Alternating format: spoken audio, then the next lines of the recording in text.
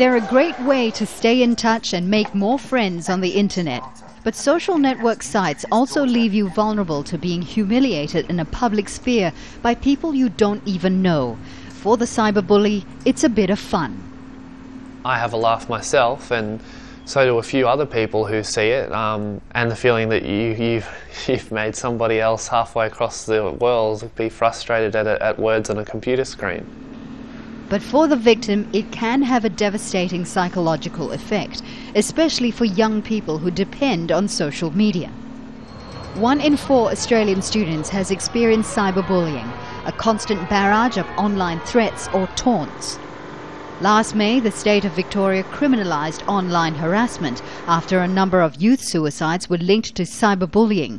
But with no convictions so far, some accuse the police of not taking the crime seriously. 99% of mainstream police do not even know that that law is applicable to cyberbullying among students. Police cannot pick and choose what they investigate.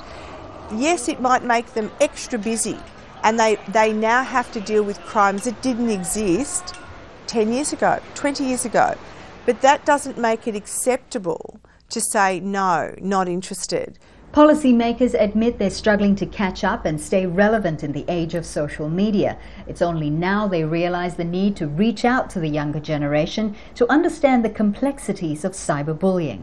The generational gap really is part of the problem. It's the young people have total control over this. They have the knowledge, they have the language, and they have the technology. So to a certain degree we've got to trust and empower our young people to take up the fight. Victoria State's new anti-bullying campaign consults students and youth groups on how to make the cyber world safer for young users.